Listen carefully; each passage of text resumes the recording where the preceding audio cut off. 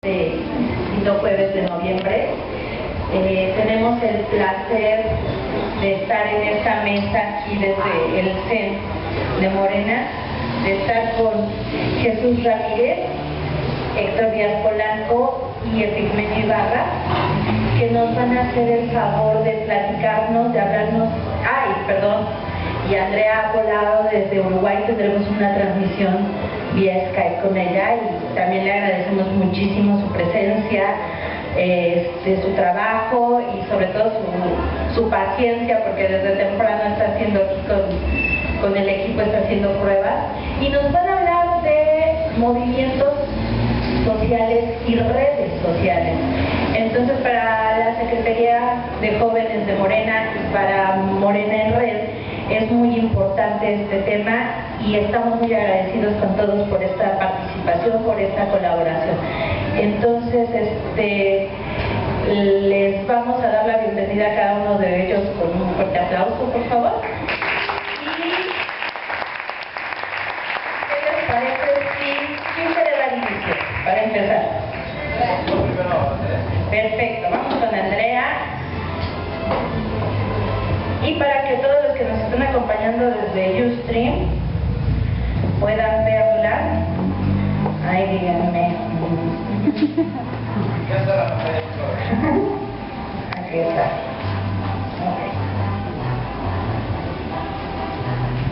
Ahí está, ya la tenemos. Hola Andrea, ¿qué tal? Desde Uruguay, saludos desde México. Comenzamos contigo. Bien. Me imaginaba que los caballeros iban a decir unas damas primero. ¿Se oye? Sí, te escuchamos por muy claro. Bien, bueno. Buenas noches a todos. Yo no los logro ver porque me aparece solo el cartel de la convocatoria. ¿Ustedes están transmitiendo? Así es, nosotros queremos. Ah, perfecto. Bueno, yo no te escucho, aunque más no sea. Bueno, primero que nada, muchas gracias por esta invitación. Para mí es un orgullo, un honor poder estar en esta mesa con gente tan importante. Yo estoy acá, en el sur del continente, en la capital más al sur del Océano Atlántico, que es Montevideo, para hablar de las redes frente amplistas, que fueron una experiencia que fue muy importante en la pasada campaña electoral para que ganara Pepe Mujica las elecciones. Nosotros somos militantes, somos un grupo de frente amplistas que salimos a la calle indignados, como se habla tanto de los indignados del 15M o también, bueno, con lo que pasó en México con el Yupe 132. A mí me sorprenden de pronto algunas similitudes que podemos tener nosotros, solo que nuestro planteo fue como a la interna de un partido. Porque nosotros veníamos de un primer gobierno del Frente Amplio, para el cual, bueno, ustedes saben todo lo que ha pasado en nuestro país, ¿no? Mediante la dictadura mediante, después, bueno, los primeros años de democracia, para que al fin ganara el Frente Amplio las elecciones en el 2004. Y en la campaña pasada, que fue en el 2009, cuando la candidatura de Pepe, el Frente Amplio ya tenía 38 años en esa época y estaba un poco quieto para nosotros, los frentamplistas de a pie, como decimos, un poco apaciguado y un poco jugado a sacar o a creer que la gente era importante en la campaña electoral. Y bueno, y nosotros salimos a la calle a defender eso, a defender el primer gobierno del Frente Amplio y a apostar por un segundo gobierno. Fuimos miles los convocados y logramos poner la política y la pasión en juego para una campaña electoral sin precedentes. Yo creo que esa es la mejor experiencia que podemos transmitir cuando hablamos de redes. Nosotros no éramos asépticos a la política, ni éramos gente que no estábamos interesados en un partido, solo que logramos tener una mezcla de gente diferente, algunos sectorizados, otros no, como en mi caso. Lo otro que es importante decir cuando uno habla desde este lugar, hablo por mí, ¿no? Hablo por mi experiencia y las redes no tenemos representantes ni lógica partidaria, entonces a veces también es un poco difícil de entender. El Frente Amplio en principio fue bastante resistente a nuestra propuesta, por temor de los partidos a lo que podía ser los movimientos en red, y bueno, al fin logramos nosotros avanzar y ponernos delante del partido y convocar y hacer que las cosas pasaran con algunas cosas sencillas, como fue por ejemplo convocar a la gente a llevar un pedazo de historia del Frente Amplio para hacer una gran bandera, una bandera de más de 1 kilómetro que recorrió el país en medio de una campaña electoral independiente, sin pedirle plata a nadie. La sostuvimos nosotros con el apoyo de la gente. Bueno, eso demostró que hay otras formas de hacer política y que hay otros caminos que siguen siendo válidos. Yo creo que esa es la mejor experiencia que nosotros podemos transmitir hoy. Muy bien, Andrea. ¿Ahí sí me escuchas? Sí, yo te escucho, sí. Perfectamente. Yo lo que no los veo. Bueno, mira, yo sí te quería preguntar una cosa. ¿De qué manera, cuál fue la estrategia o de qué manera lograron sensibilizar o convencer a la gente, a los usuarios de redes sociales, para vincular el ciberactivismo con las acciones en calle? Lo que pasa es que...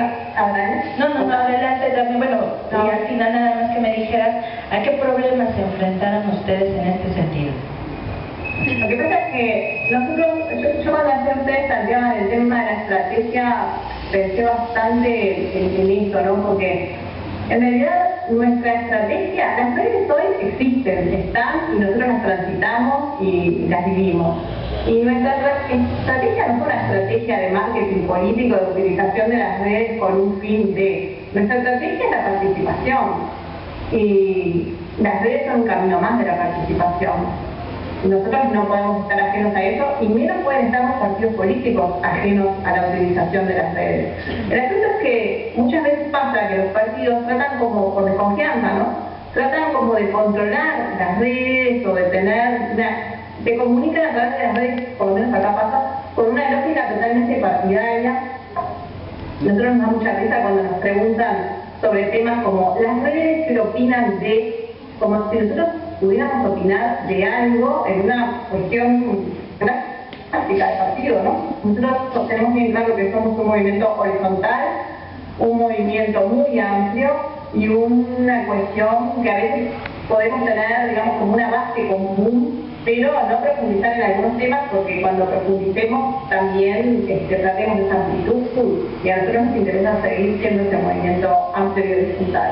Entonces, lo que nosotros hicimos fue poner en juego algunas cosas básicas que me parece que, como puede ser la participación. Nuestras actividades siempre son actividades donde la gente es protagonista. No tenemos discursos ni oradores que hablen y otros que escuchen. Apostamos siempre a generar un discurso en acción. Apostamos a incluir siempre la alegría o la otra forma de hacer política que tenga que ver con esto, con creatividad, con alegría, con innovación, con otras cabezas, ¿no? Y eso ha sido como nuestro sello, y me parece que vale la pena transitar ese camino, ya no el camino de algunos que hablan y otros que escuchan, sino el camino de la participación.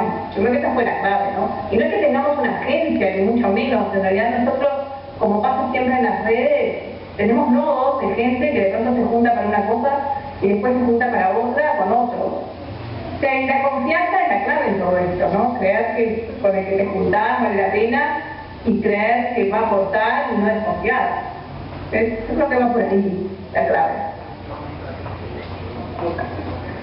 Y nos enfrentamos, me preguntaba, ¿a qué nos enfrentamos? Y nos enfrentamos primero a la duda, a la desconfianza, que siempre se piense que atrás nuestro hay gente que nos paga, o partidos, o gente poderosa que nos financia.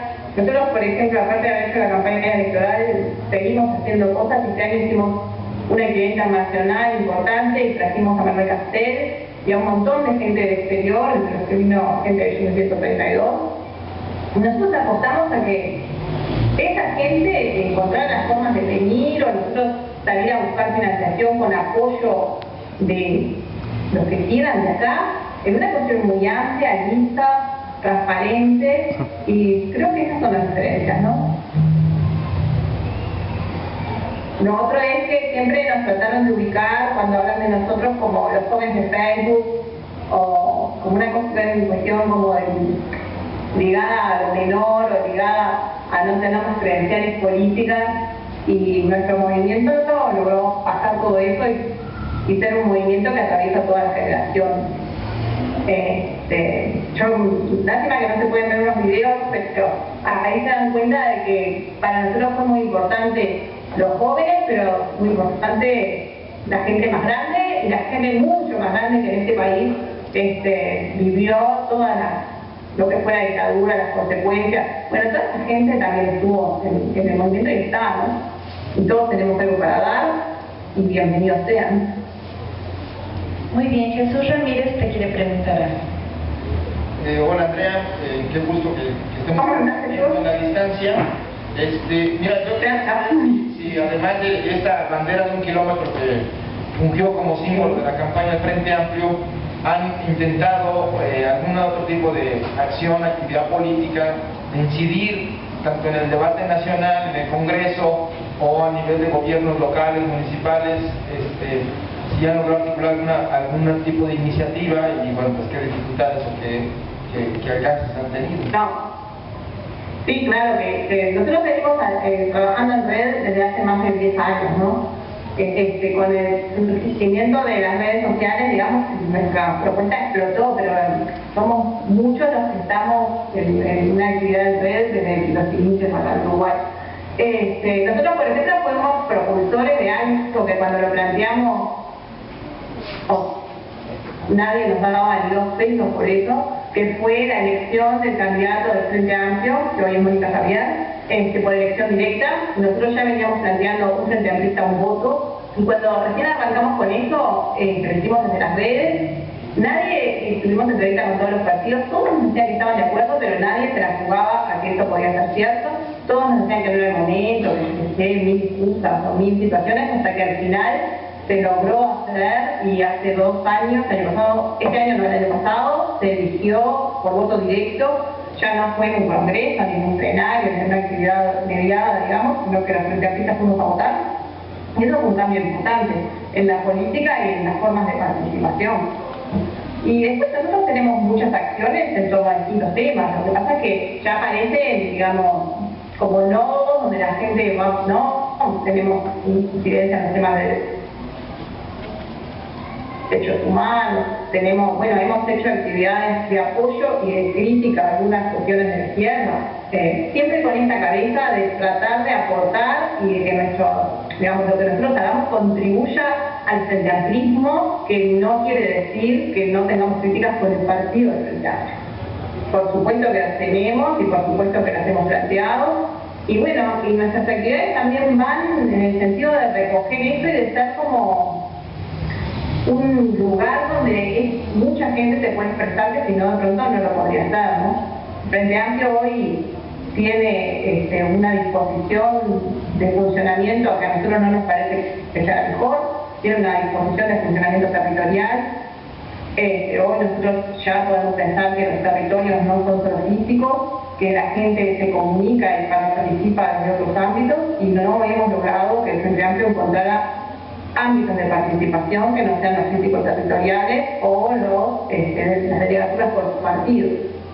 Y en eso estamos, seguimos dando la pelea y seguimos dando la discusión. Y bueno, no sé si, yo creo que nuestra contribución es a promover cosas y hacer como que pasen, ¿no? Empujar para que las cosas pasen, decimos nosotros.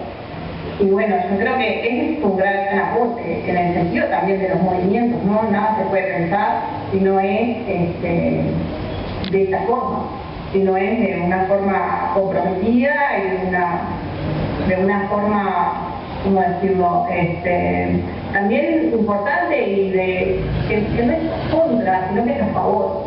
Yo creo que eso es lo importante. Muy bien, ahora tendremos la participación, si no hay preguntas por aquí, todavía no las tienen, hay que ir pensándolas, hay que aprovechar a nuestros ponentes. Vamos a seguir ahorita con Jesús Ramírez y les recordamos que les pedimos a nuestros usuarios de redes sociales que nos acompañen, que hagan el favor de tuitear el enlace. Estamos aquí transmitiendo desde el CEN de Morena. El tema es redes sociales y movimientos sociales. Entonces, bienvenido, Jesús. Bueno, gracias por estar aquí y para los que nos escuchan, pues a seguir este debate que es muy importante. Yo creo que la irrupción de las redes sociales, de las nuevas tecnologías de la información, pues han llevado a construir un nuevo sujeto político y un nuevo tipo de movimiento social. Es decir, los movimientos sociales tienen sus características, digamos, las que conocemos, de que la gente se reúne, se convoca, se moviliza en torno a causas o locales o gremiales o nacionales, pero digamos la característica del movimiento es que es un movimiento más horizontal y no es jerárquico y tiene una estructura más flexible.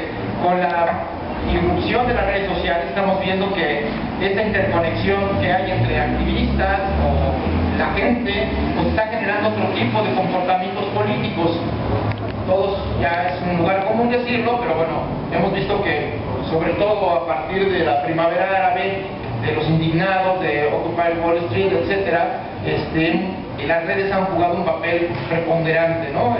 En tanto que han contribuido, han sido una herramienta muy eficaz para construir la confianza, para salir a la calle, para impugnar en la movilización física, trasladar, digamos, el activismo, el ciberactivismo en las redes, en el internet, a impugnar y a tener resultados como los que hemos visto de derrocar gobierno, de impugnar políticas neoliberales y de pedir cambios en la dinámica de los países. Y yo creo que dada la primera etapa, que es esta etapa que hemos visto a partir de la primavera árabe, pues hay un periodo de reflexión de los alcances de esta experiencia, de los horizontes nuevos que se abren a partir de esta interacción de redes y movimientos sociales, y yo creo que está la reflexión de pasar de la actividad conectiva a la actividad colectiva, a la acción colectiva, de salir de la red a la calle. Ese es el gran reto de las redes en torno a los movimientos sociales y a los movimientos políticos. Y eso implica, pues, por un lado, es un reto que, por un lado, tiene que llevar a construir, digamos, los espacios de apropiación del espacio público, tanto el espacio público virtual, digital, como el espacio público físico, plazas, calles, parques, en fin, lugares de habitación o de reunión, y que tenemos que llevar a eso. Entonces, yo creo que lo que está construyéndose en esta interacción de este sistema o de esta red de conexión en la acción, es decir, pasar de esta acción colectiva a la acción colectiva, está generando se está visibilizando un poder en manos de la sociedad que nos podría, si profundizamos en la reflexión, si imaginamos cómo podemos echar a andar este poder ciudadano, este poder social, yo lo llamaría un contrapoder, porque las redes sí se han convertido, y en el caso del 132 aquí ha sido muy claro, han impugnado, digamos, los medios tradicionales y han logrado, a partir de esa impugnación desde las redes, transformarlo en una acción política. Y ese poder de convocatoria habría que traducirlo, además de salir a manifestarse a las calles, de expresar en común estas acciones, tenemos que el reto es cómo convertirlo, este poder, esta fuerza, esta capacidad en una que podríamos considerar una fuerza, un poder constituyente, dado que tiene la capacidad de construir nuevas formas de organización, nuevas formas de convivencia, nuevas formas de intervención, y al mismo tiempo sus propias modalidades institucionales, sus nuevas formas de institución que le permitan saltar a la acción, a la construcción de nuevas relaciones políticas. Y este cambio cultural, que me parece muy importante, que potenciar. Y esto, pues evidentemente, rompe con los cánones, con la idea de la política que tenemos tradicional. ¿Por qué? Porque las redes nos obligan a que la relación, por sí, así es la red, así se mueven, así funcionan los nodos, es horizontal. Y entonces, el reto que se está trabajando a partir de la experiencia en las redes es que hay nuevas maneras de convivir, nuevas maneras también de construir pensamiento político y nuevas formas también de construir el programa y el plan de acción. Es decir, que en lugar de que una comisión o una dirigencia va a su escritorio, se reúne en secreto y luego va a conocer el plan de acción, lo propone a consideración de la asamblea, ya las redes nos permiten en tiempo real hacer este debate sin la presencia física en un principio, pero con la posibilidad o con la necesidad y capacidad de salir a la calle, de encontrarnos en las plazas y darle concreción a estas interacciones en la esfera digital, pues nos llevan a pensar que las formas del movimiento de los movimientos sociales tienen que ser en red, necesariamente como reflejo de estas nuevas formas de comunicación. Y en ese sentido, yo terminaría esta intervención diciendo que, bueno, las redes han servido, por lo que hemos visto en la experiencia de diferentes movimientos, incluido México con el 132 y otras experiencias que también se han dado, han servido para construir y coordinar la acción colectiva. Pero también es la parte que se deja de lado. También han servido para darle sentido a esa acción, para crear un impulso y demostrar la fuerza que hay en la unidad de la pluralidad, que esa es la fuerza que tenemos que rescatar para construir, porque hay que pasar de la interacción, de la difusión de información y esta capacidad de transformar la conectividad en acción colectiva a empezar a construir las alternativas sociales que necesitamos.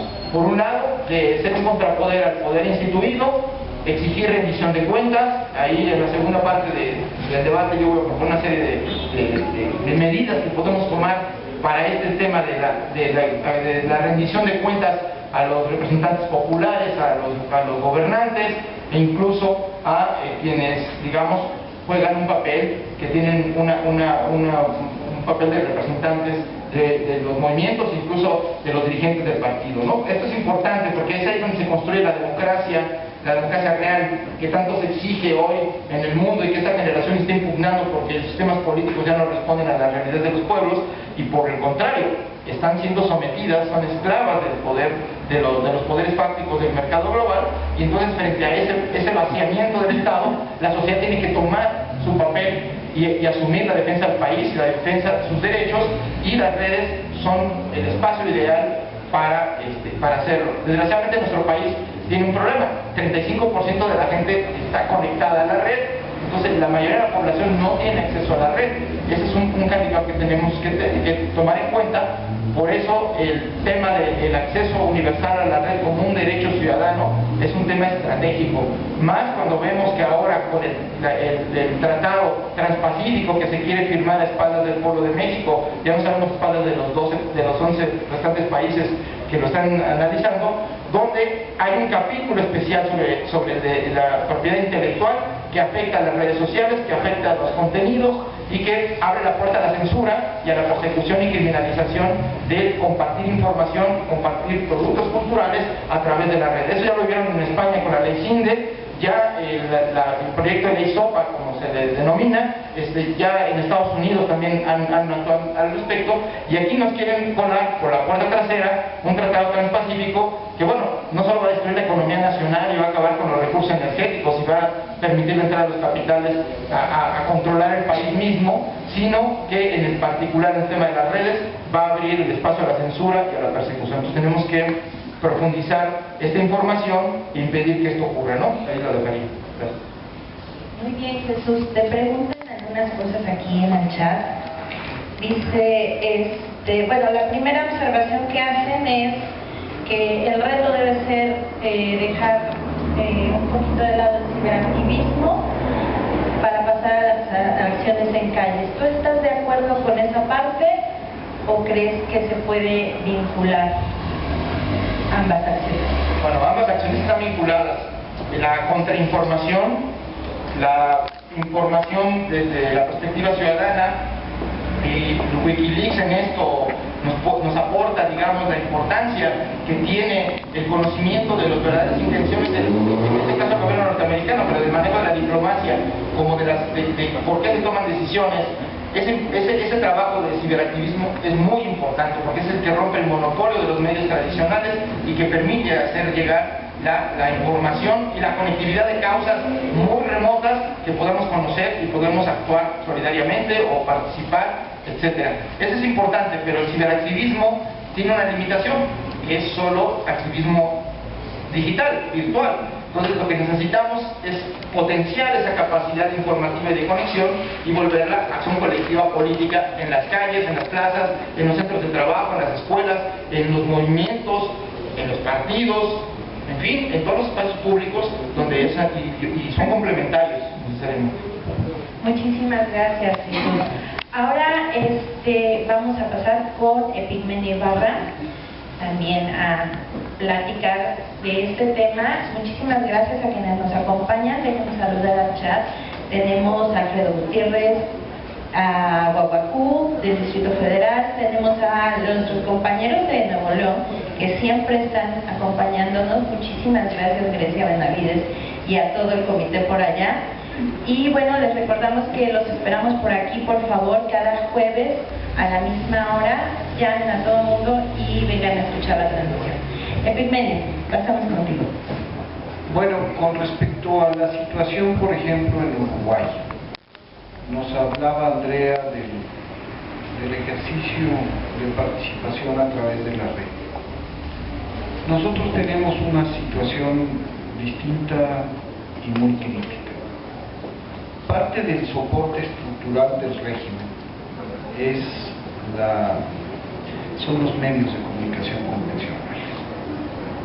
Este régimen no hubiera podido subsistir sin la complicidad de los medios de comunicación convencionales, especialmente de la televisión. Está demostrado, y yo trabajo en televisión hace 20 años, que una golondrina no hace verano, que es imposible hacer que la televisión actúe de manera distinta como ha venido actuando todos estos años, y que incluso el papel de la televisión de ser soldado del PRI, de ser soporte del poder, a convertirse en el poder mismo, se ha vuelto cada vez más pernicioso.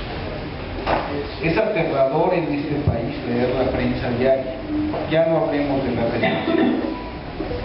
El nivel de uniformidad en el discurso, el silencio en torno a la guerra, la manera en que se glorifican las declaraciones más nimias de los funcionarios, la forma en que se reproducen las imágenes de estos funcionarios en todos los periódicos que tenemos, es una réplica del discurso del poder que nos va dejando mudos a quienes luchamos por la transformación del país. El régimen, además de esta complicidad, de este apoyo estructural de los medios de comunicación, cuenta con la posibilidad, autorizada por el Congreso, de emplear miles de millones de pesos cada año en campañas de imagen pública, que evidentemente son tremendamente eficientes. Las reformas van a pasar. Si hay una consulta ciudadana, si por acaso concedieran el punto de la consulta ciudadana, compañeras y compañeros, las reformas van a pasar, porque los mexicanos no somos libres, porque los mexicanos hemos sido raptados, secuestrados por los medios de comunicación convencionales y por la propaganda del régimen. Tenemos en este país émulos muy eficientes de Goebbels. Ya hubiera querido Goebbels en aquel tiempo tener los recursos y la capacidad tecnológica con la que cuenta este régimen, la capacidad de implantar ideas, convicciones, de deformar la realidad que tiene este régimen es brutal. única, inédita en la historia, y no ponemos suficiente atención en este asunto. Solo Felipe Calderón en 6 años gastó más de 40,000 millones de pesos en spots. Enrique Peña Nieto, al ritmo que va, superará con creces esa cifra. Entonces, desde mi punto de vista, no hay posibilidad de transformación sin comunicación. Si se trata de transformar pacíficamente un país, este país ha de estar consciente o no ha de transformarse. La tarea de comunicación es pues la tarea esencial. Y si hablamos de la situación de México, las redes, compañeras y compañeros, no son parte de la estrategia, son la estrategia. Porque no nos queda otra. Porque el cerco mediático que se ha venido denunciando es un cerco que no se va a romper ni con la entrada de la segunda, la tercera, la cuarta o la quinta cadena. Porque voy a hacer un breve paréntesis. Armar una nueva cadena de televisión cuesta aproximadamente 1.500 millones de dólares. ¿Quién va a participar en una nueva cadena de televisión? Los mismos. ¿Qué intereses van a servir? Los mismos. ¿Qué papel van a jugar? El mismo. Entonces no cifremos las esperanzas de comunicar lo que en este país sucede en los medios convencionales. La prensa está sometida y lo estará más. Ya llegó el PRI, eso sabe hacerlo. La radio está sometida y lo estará más. La televisión está entronizada y de ahí no se va a mover. Nos quedan las redes y tenemos la enorme dificultad de la falta de conectividad. Solo el 35% de los mexicanos tienen acceso a Internet. ¿Qué nos queda? Quiero hacer 2 reflexiones históricas.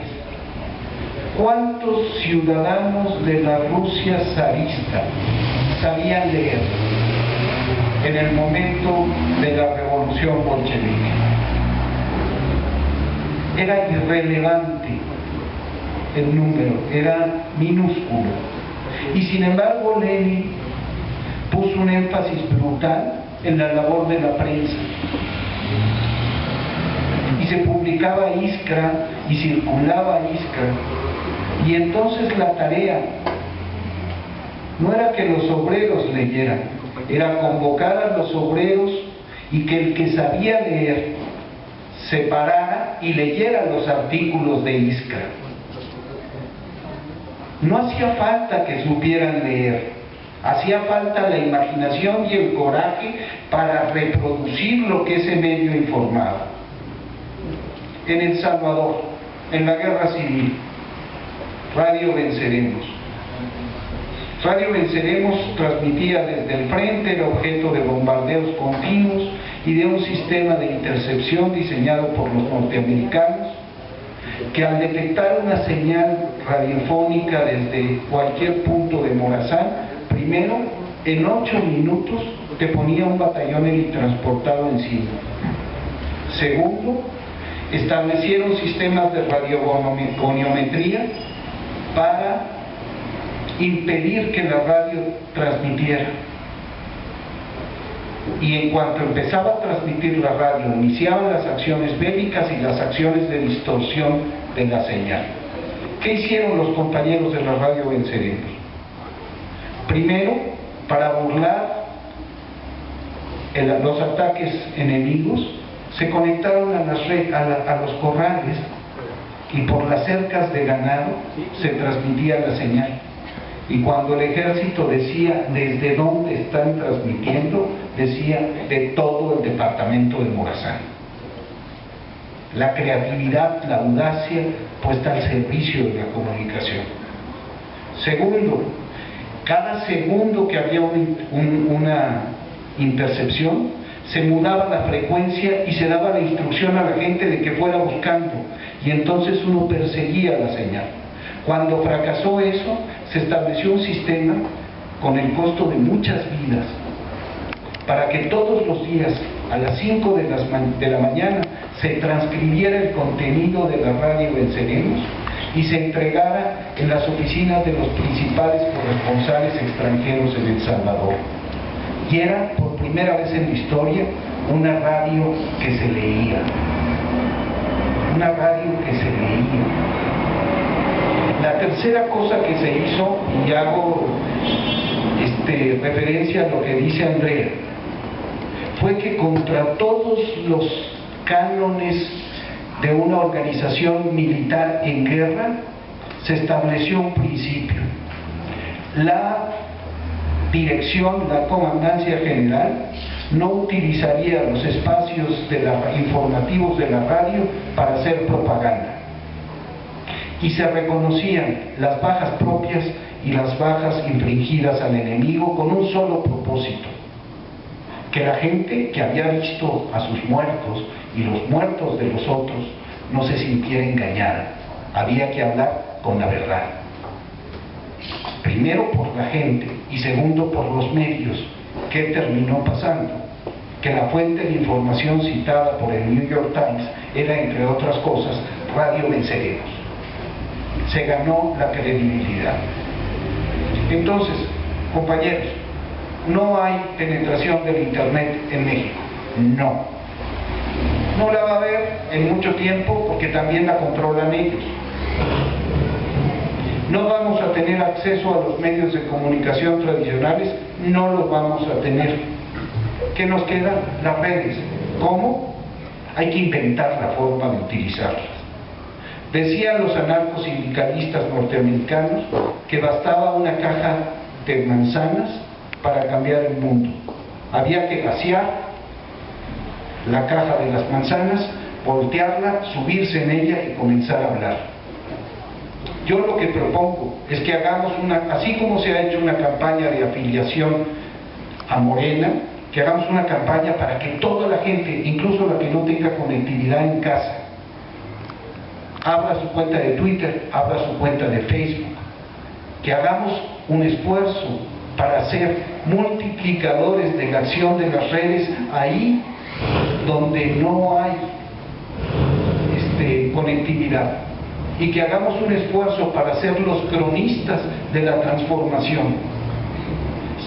El problema principal es que las cuentas más poderosas de la izquierda tienen que asumir una actitud de creatividad, innovación y diferencia. Si un oscuro bloguero logra convocar a decenas de miles en la Plaza Tahir, ¿qué haremos en México cuando Andrés Manuel López Obrador use el Twitter efectivamente? Cuando se grabe con su teléfono y diga estoy entrando a tal parte y no dependa de las cámaras de televisión. ¿Qué haremos cuando los dirigentes estatales se vuelvan cronistas? ¿Y qué haremos cuando los ciudadanos suban su foto y digan yo estuve y estoy en las calles y defiendo este país? Sin esperar a que lleguen los cineastas a hacer los videos. Esa es una experiencia que tuvimos con Yo Soy 132. Mientras la campaña formal del partido estaba esperando que los actores llegaran a filmarse a un estudio, hicieran la cita y se arreglaran, maquillaran, presentaran, nosotros lo que hicimos: saquen su celular y fílmense. Demián Bichir se filmó a las 9 de la noche, lo subimos a la red a las 11, 2 días después teníamos 2 millones de visitas. Eso tenemos que hacer, inventar una nueva comunicación. Es tiempo de imaginación, es tiempo de audacia y es tiempo de poner enfrente las limitaciones para operar por sobre las limitaciones. Si en la guerra se pudo, ¿cómo no hemos de poder aquí? Si una organización militar pequeñita lo pudo, ¿cómo no podrá Morena con tanta fuerza que tiene? El reto, me parece, y con esto termino, es sacar el tuit a la calle. lo que decía acertadamente Jesús, pasar de la acción colectiva a la acción colectiva. Y el otro reto es transformar la conectividad, hacerla un hecho humano cotidiano y encontrar la manera de multiplicar el efecto de las redes en la calle y de volvernos multiplicadores de la acción en la red. Gracias.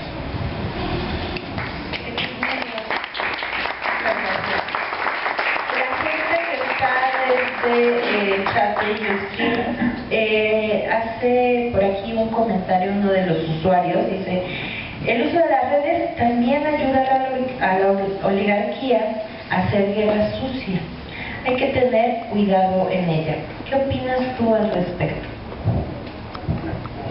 Bueno, basta analizar las cuentas. ¿Cuáles son las cuentas más poderosas? Son las estrellas del canal de las estrellas. Puede que la izquierda, como decía Andrea, tenga sus resquemores con las redes. La derecha no. La derecha sabe de lo que las redes son capaces y la derecha las usa intensa y efectivamente.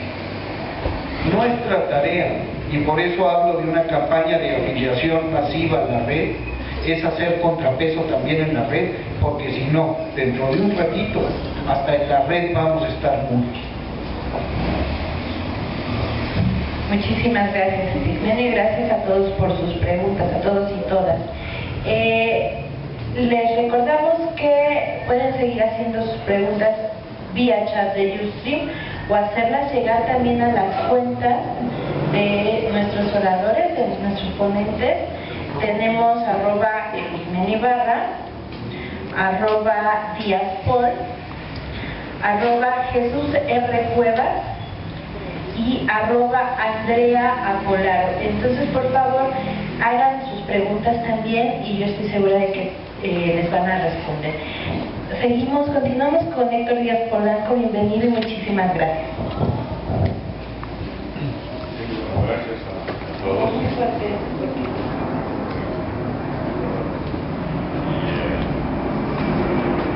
Muy contento de que estemos conectados con Uruguay, con Andrea. Gracias por la participación. Hay elementos de las cosas que se han indicado aquí con las que yo estoy de acuerdo. Son la mayoría. Es en realidad, me da mucho gusto darme cuenta de que hay una plataforma básica de acuerdos sobre cómo abordar esta cuestión de las redes. Quisiera señalar algunos puntos en los que probablemente tenemos evaluaciones un poco diferentes. Yo tengo una idea quizás un poco diferente de la relación de la red con los procesos sociopolíticos, los procesos sociales, incluso culturales. Creo que hay un énfasis demasiado fuerte en el efecto unidireccional, en una sola dirección. Parecería que la red es un instrumento que a su vez produce unos efectos, y me parece que se trata más bien de una relación de retroalimentación. Y una vez establecido esta relación causal mutual, el punto es determinar qué lo dispara, qué dispara esa relación mutua de alimentación. Y yo me inclino por creer que no es la red, sino que son los procesos sociales, los movimientos, etc. Si he evaluado bien mi propia experiencia, por ejemplo en Twitter, he ido notando que los mejores días de Twitter son los posteriores a aquellos en donde ha habido acontecimientos sociopolíticos relevantes, negativos o positivos, a veces negativos. Por ejemplo, los últimos hechos negativos que hemos tenido en la experiencia del país y particularmente de la Ciudad de México en relación con, por ejemplo, la represión de los jóvenes en manifestaciones, etcétera, ese tipo de eventos u otros que impactan a la sociedad. Ese día, el día siguiente de este acontecimiento y los días que siguen, la red cambia su carácter. Se convierte en un ágora de debate riquísimo, dinámico, etc. Los días posteriores a largos días en donde no pasa nada de este carácter, la red adquiere un matiz melancólico y un contenido bastante chabacano, digamos más suave, plano. Los picos de creatividad, de energía, de debate, de ideas están relacionados con los procesos sociopolíticos. Ese es un elemento que creo advertir.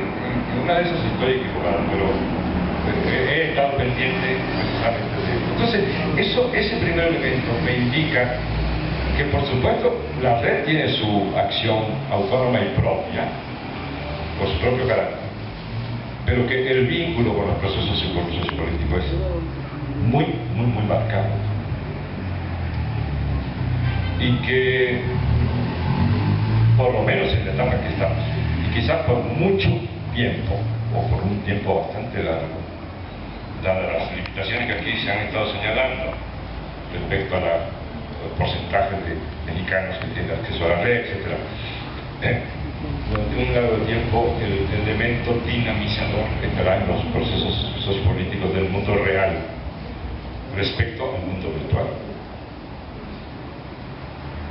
Yo pongo el énfasis en esto porque cada vez que creo que vamos a hacer algo debemos poner tanto énfasis en lo que buscamos acertar como en evitar equivocarnos, ¿no?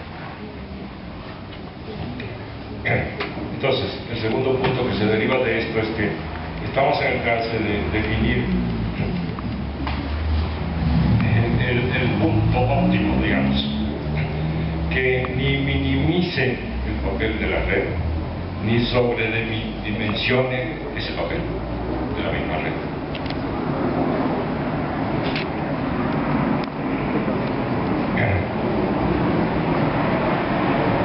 Tercero, bajo el principio zapatista de que la red es de quien la trabaja, de lo que se trata es, además de lo que señalaba Epigmenio, de la necesidad de promover las conexiones con la red, el meterse a la red y trabajar políticamente en la red. Debemos tener una relación con la red.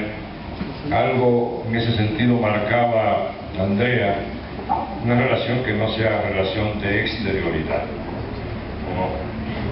Entonces, una relación de exterioridad con la red buscamos como instrumentalizar, ¿no? Que no es lo mismo, no es otra cosa que el fondo que usar la red para, como si fuera una cosa externa a nosotros mismos. Tenemos que conseguir ser parte de esa red, incorporando a la mayor cantidad posible de personas vinculadas a los movimientos sociales. En consecuencia, la tarea fundamental y principal para mí es cómo podemos hacer que la red sea otra forma refleja de organización de lo popular en lo virtual.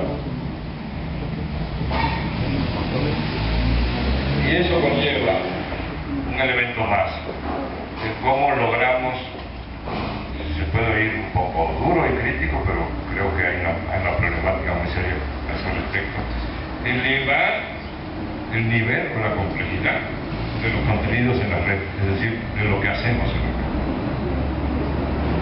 Porque podemos idealizar todo lo que queramos, pero en la red hay cosas estupendas, en verdad, ideas muy luminosas, muy brillantes, centellantes en algunos casos, y aportes constantes, permanentes de gente talentosísima que está metida en la red y que hace un trabajo político verdaderamente formidable. Pero debemos aceptar que eso tiende más a la minoría que a la norma o incluso a la media, ¿no? Que hay mucho de llevar la foto de mi sobrina, Pepe cumpleaños, tengo ganas de un café. Esa es muy buena porque siempre me sorprende, ¿no? Que alguien haga público un deseo tan íntimo como tomar café, ¿verdad? Y cosas de ese estilo, tomar café, que es un ejemplo más neutro, pero se manifiestan muchos deseos, que no son ni colectivos ni tienen trascendencia e importancia de carácter político. Entonces necesitamos elevar ese contenido, elevar en el sentido de complejizar, en el sentido de vincularlo con los grandes procesos nacionales, etc. Y por último, en este sentido, necesitamos también elevar el contenido de la red por lo que respecta a la información. Algo de esto señalaba ya Jesús y Epimenio. En eso tienen toda la razón. La grandeza de la red es la posibilidad, otras virtudes, de comunicar de una manera centellante, en tiempo real, una cantidad ilimitada de información. Entonces necesitamos un trabajo de cribar esa información, seleccionar esa información, definir su carácter estratégico o secundario y darle prioridad, por supuesto, a los elementos estratégicos que permiten la formación de nuestra gente y que serviría como material para promover la formación política, la reflexión, la discusión, el debate entre nuestra gente.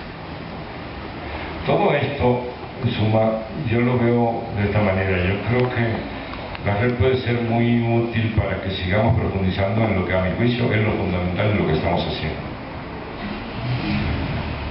Y eso fundamental que estamos haciendo es impulsar un nuevo proceso de organización sociopolítica en México,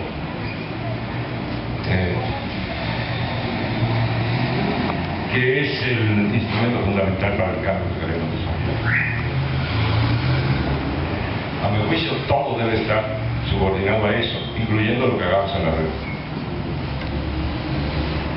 Entonces, la red debe ser un reflejo de nuestro crecimiento organizativo, por un lado, y por otro lado, en reacción o retroalimentación, debe ser un promotor del proceso de organización popular. Debe servir para muchas otras cosas, pero quizá yo estoy focalizando en lo que creo que es lo fundamental.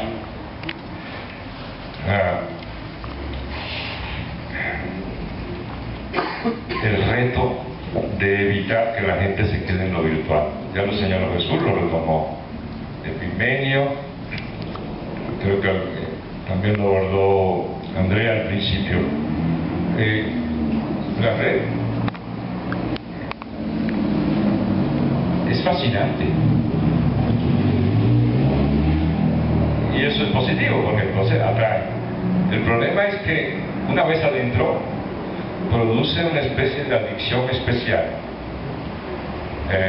que nos hace inclinarnos por preferir la acción virtual a la acción en el terreno, en la calle, en el movimiento. Y armamos nuestra propia organización con nuestros seguidores, con nuestros cercanos desde el punto de vista de sostener opiniones similares.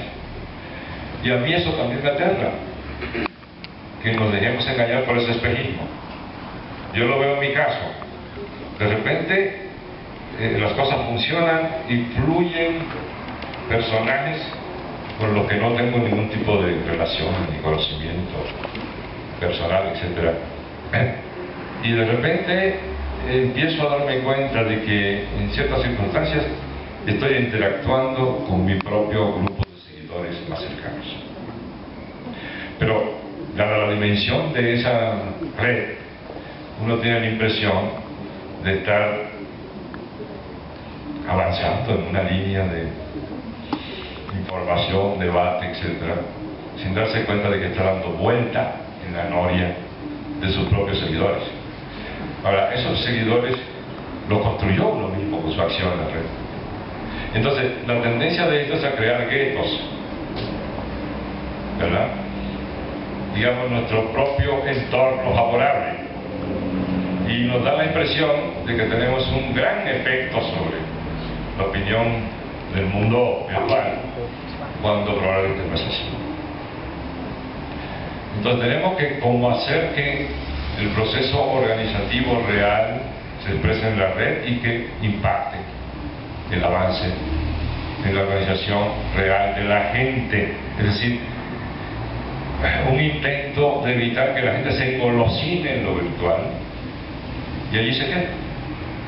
Digo, el mejor ejemplo de esto es cuando tenemos una situación un poco curiosa de hay una acción colectiva en la calle, en la plaza, en la polis, en el ágora, en el espacio colectivo, y la acción de un conjunto muy amplio de tuiteros consiste en tuitear, por ejemplo, respecto a esa acción, pero no participar en la acción. Entonces yo digo, ¿y dónde están estos? Cuando regreso a mi computadora en la noche, después de los procesos, me doy cuenta de que habían estado todo el tiempo tuiteando mientras estábamos nosotros manifestando. Entonces, ¿qué hacemos en estos casos? ¿Cómo evitar que esto se reproduzca, permanezca? Lo cual nos da nuestra evaluación de lo que significa. Estoy planteando quizás demasiados problemas y desertando o minimizando las virtudes de la red, pero prefiero en este caso, dado que es un instrumento tan poderoso, pecar de pesimista, lo admito. Pero quiero cerrar con una nota optimista, ¿no?, para documentar mi optimismo. Por la experiencia que he tenido en los últimos... Yo soy lo dije la última vez que intervine sobre este tema, yo soy un neófito, yo no tengo la larga experiencia y trayectoria de Pigmenio, Afrodita y otros que tienen años en esta actividad. Pero en el poco tiempo que tengo, coincido plenamente que es un instrumento, una herramienta formidable. Siempre que la veamos como eso, como una herramienta, no como sustitutivo de la acción real. Gracias.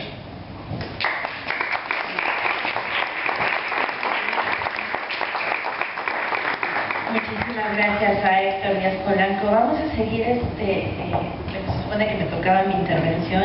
Yo nada más, desde mi punto de vista, lo padrísimo, lo interesante de las redes sociales es que existe la libertad de sumarte o no sumarte, de hacer o no hacer.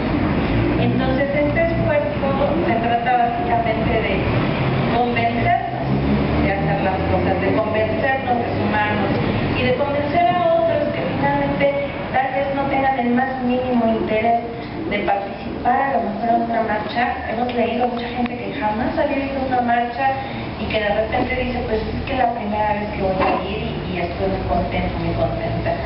Pero no es nada más eso, ¿no? Lo vimos en otro tipo de acciones, lo hemos visto, por ejemplo, el apoyo que hubo en algún momento a los compañeros y compañeras de Mexicana de Aviación, que la gente ni se enteraba que estaban en huelga de hambre, si no es por las redes sociales.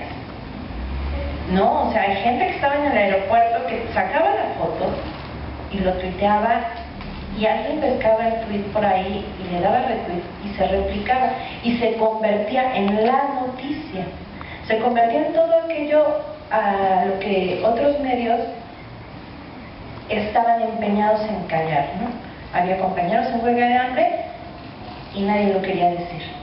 Entonces eso es finalmente lo que nosotros queremos lograr también con todo esto, en convencernos que desde tu libertad y desde tus posibilidades podemos hacer cosas que parecen muy chiquitas, pero que en realidad sí vinculan y que en realidad sí hacen la diferencia, ¿no? La gente que está tomando las fotografías de la frase EPN traidora a la patria y nos las manda, no crean que no nos interesa, no crean que... Todo lo contrario, realmente nos emociona esa vinculación. La gente que está volanteando en las calles y que de repente toma la foto de la gente que los está recibiendo, los volantitos, la información y demás, todo eso nuestro trabajo. Entonces yo sí, yo a veces difiero un poquito, yo soy como de repente además necia en este asunto de las redes, pero yo sí creo que cada quien debe de ser como es, sin censurarse, pero sí comprometiéndose a unificar a los que lo siguen, a unificar a la gente que lo está leyendo y a sumarse a las acciones. Y como dice Héctor Díaz Polanco, ¿no?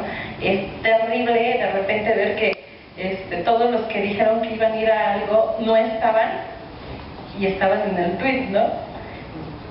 Sí, se siente muy feo, pero también la otra es la belleza de quienes están fuera de la ciudad donde se está realizando una actividad y están apoyando lo que está sucediendo en ese momento, ¿no?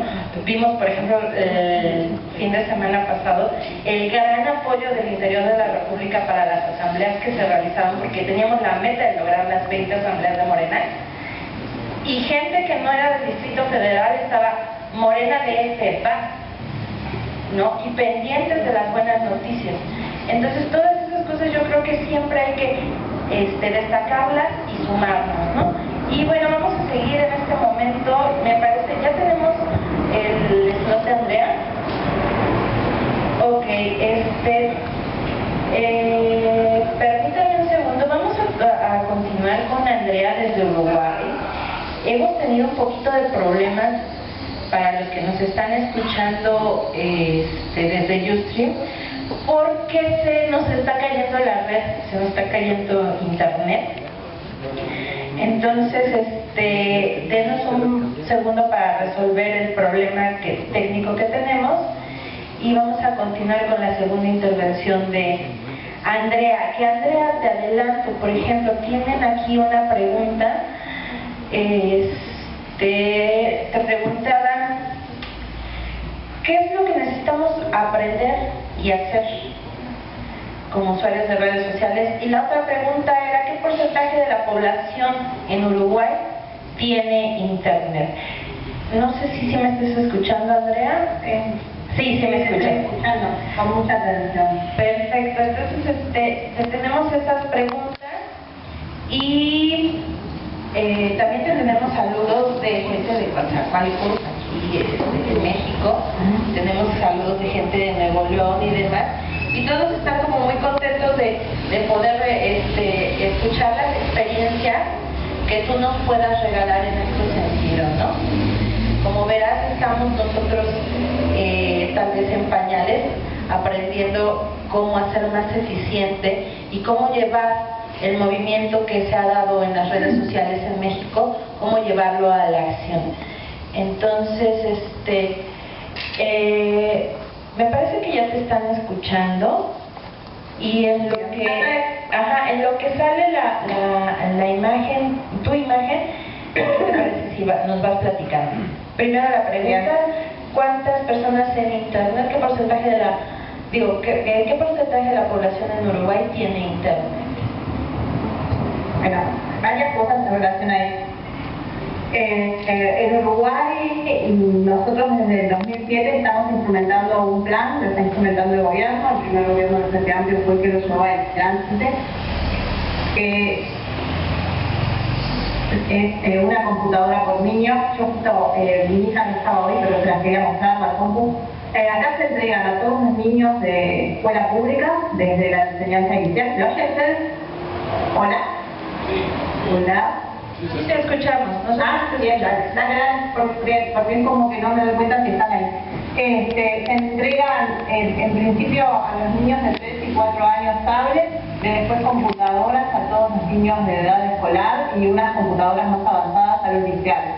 Uruguay, ustedes saben que tiene 3 millones y poco de 3 millones y medio de habitantes en total, y este año, en el mes de septiembre, se entregó la computadora 1 millón. O sea que es muy significativo, ¿no? Esas computadoras, lo importante, aparte de haber revolucionado el sistema escolar y haber revolucionado el lugar del maestro y funcionar el lugar del saber, porque, bueno, los niños van mucho más rápido, ¿no? También se trabajan los contenidos y lo más importante es que se buscó la conectividad. Hoy en todas las escuelas, en todos los institutos públicos, en plazas, en lugares, en ámbitos públicos, la conectividad es total y gratuita, y se está instalando la fibra óptica en todo el país, también en forma gratuita por la empresa del Estado. Entonces, Uruguay corre con varias ventajas en relación a eso. Nosotros somos un país, una pequeñanura, un país sin grandes elevaciones, que también nos ayuda en los temas de conectividad. Y bueno, eso ha sido una ventaja en relación a la comunicación, ¿no? De todas formas, nosotros cuando vemos la utilización de las redes, sabemos todavía que la mayoría de la gente usa Facebook, acá no tanto Twitter, pero bueno, vamos hacia eso, hacia la transformación en Twitter, digo, por eso nosotros ahora estamos activamente ahí. Esto por un lado la pregunta. Después me quedaron varias cosas en relación a lo que se planteaba, ¿no? Yo creo que la experiencia nuestra, nosotros, a mí el tema del ciberactivismo no me termina de cerrar, yo no me siento una ciberactivista, en todo caso, más una cibermilitante. Somos militantes que devinimos en la utilización de las redes sociales, es como una otra forma de comunicación, digamos, pero no es que estemos todo el día en las redes. O sea, todo el día en la red como metidos para adentro, ¿no? Nuestras actividades siempre fueron de calle, el encuentro entre la red y la calle. Yo creo que esta magia que se produce cuando uno convoca actividades y sí nos siguen cientos de miles, son de las cosas más lindas que uno puede sentir, ¿no? Sentirse como a la par del otro y saber que lo que está convocando, las cosas a las que se suma, son varios los que están pensando lo mismo. Eso por un lado. Después lo otro es que la red permite algo que es vivenciar la actividad que se planifica. Vivenciarla antes, cuando uno tiene la idea de hacerlo, se junta con otros para pensar la locura esta que quiere llevar adelante, vivenciarla cuando se hace y después viralizarla. Es lo que decía Tigneo, ¿no? La posibilidad y la rapidez que hoy tienen las redes de poner contenidos es casi que infinita. Nuestra imaginación juega un montón en eso. Yo apuesto a que la política siga haciendo eso, que nosotros podamos seguir como apostando a pensar cosas distintas desde otras lógicas, y siempre apostando como a romper con lo que el sistema nos va marcando, ¿no? Creo que tenemos que ir por ahí, por eso esto del ciberactivismo no me termina de cerrar. Me gusta más el concepto de tecnopolítica que la mezcla esta del uso de la tecnología, la política, pero los sentimientos. Nosotros nada de esto lo podríamos hacer si lo pusiéramos en juego el cariño, la pasión por la política, ¿no? Muy bien. Y después, lo otro es el contagio, ¿no? El efecto del contagio que tienen estas cosas. Cuando uno se pone en juego y, digamos, tiene un efecto que está muy bueno, que es la alegría, el contar con el otro, y como sentirse poderoso en lo que está haciendo. Pero yo creo que a eso nosotros tenemos que apostar como en esos valores o en esas potencias para seguir desarrollando. Entonces, finalmente, esa es la construcción de la red, la fortaleza de la red que tienen ustedes, ¿no? En base a todos estos valores, en base a todos estos esfuerzos, este contagio que han logrado entre ustedes. Bueno, lo que pasa es que cada realidad es diferente, ¿no? Nosotros, imagínate que somos un país de 3,5 millones, la capital tiene 1,5 millones de habitantes, nuestra actividad, por suerte, atravesó o intentamos que atravesara el total del país. Sabemos que tenemos más potencia en los lugares de concentración, ¿no? En las capitales, sobre todo Montevideo y después en algunas capitales del interior.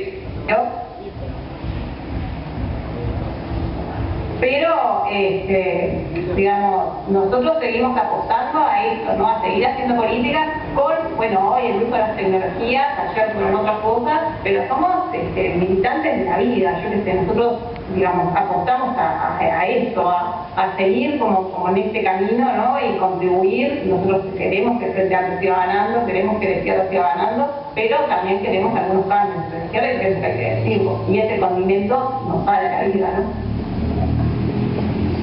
Muy bien, muchísimas gracias, Andrea. Vamos a continuar con esta segunda parte con Epigmenio Ibarra. Entonces, nos vemos.